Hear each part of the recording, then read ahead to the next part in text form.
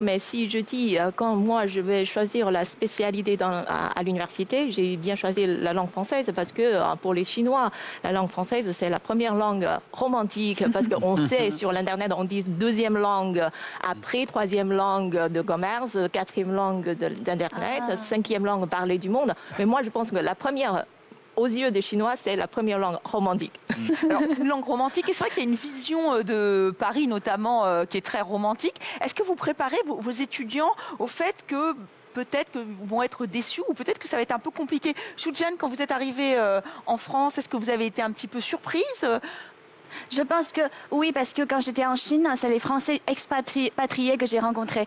Alors quand j'étais arrivée d'abord à Pau, donc j'ai rencontré les bergers, les maîtres de yoga, et quand j'étais à Paris, c'était les artistes et les écrivains, quoi. C'est vraiment une sorte de diversité.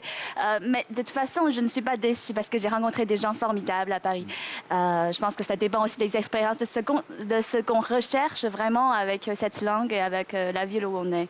Et vous, en tant qu'enseignant, est-ce que vous préparez justement ces jeunes gens à leur arrivée à Paris ou à Montréal ou même au Maroc? Enfin, c'est vrai qu'après, il y a une diversité au niveau de la francophonie.